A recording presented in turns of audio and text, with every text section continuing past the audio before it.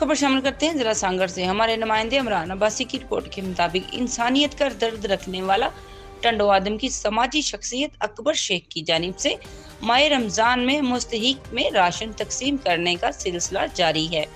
तफसीलात के मुताबिक इंसानों का दर्द रखने वाले टंडो आदम की समाजी शख्सियत अकबर शेख का बारिश के पहले मरहले से ही हौसला बुलंद है।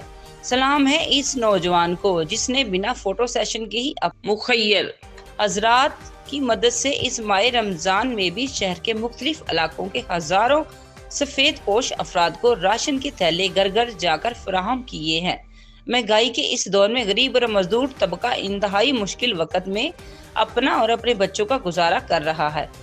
अकबर शेख ने इस बाबरकत महीने में अपनी इंसानी खिदमात का सिलसिला जारी रखते हुए शहर के मुख्तलिफ इलाकों के बिना रंग नस्ल के मुस्तहिक अफराद में बिला तफरीक राशन के थैले तकसीम किए और इनके लिए ईद के कपड़े, चप्पल्स और दीगर जरूरियात का सामान भी फराहम किया ताकि इन सफ़ेद पोश लोगों की भी ईद बेहतर तरीके से गुजर सके। इस मौके पर टंडो आदम शहर की सियासी समाजी शख्सियात ने इस नौजवान अकबर शेख की खिदमात को सराहा गया।